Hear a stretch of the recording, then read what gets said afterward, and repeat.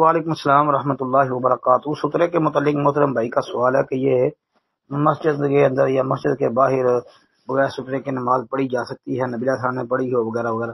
محترم بھائی بات یہ ہے کہ بعض علماء کا خیال ہے کہ سترہ جو ہے یہ فرض ہے، یعنی ضرور نمازی کو چاہیے کہ آپ نے آگے سترہ رکھے۔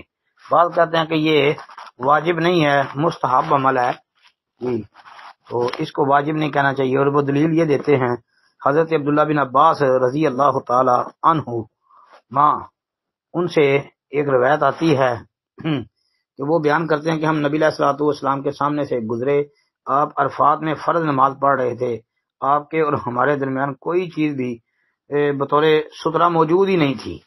یہ روایت عبداللہ بن عباس رضی اللہ تعالی عنہ والی ہے نا، یہ صحیح ابن خزیمہ کے اندر موجود ہے۔ امام ابن خزیمہ نے اس کو صحیح میں جو ہے نا جگہ دی ہے، حدیث نمبر 838 839 میں دیکھ رہے، اور مسند احمد صحیح ابن خزیمہ کے محقق جو ہیں انہوں نے اس کی سند کو صحیح کہا ہے، اسناد صحیح۔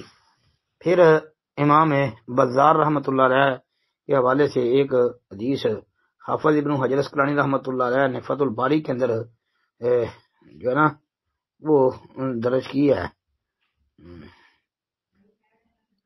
اور پھر کہتے ہیں کہ فقہائے اربعہ کا اس بات پر اتفاق ہے کہ سترہ واجب نہیں ہے۔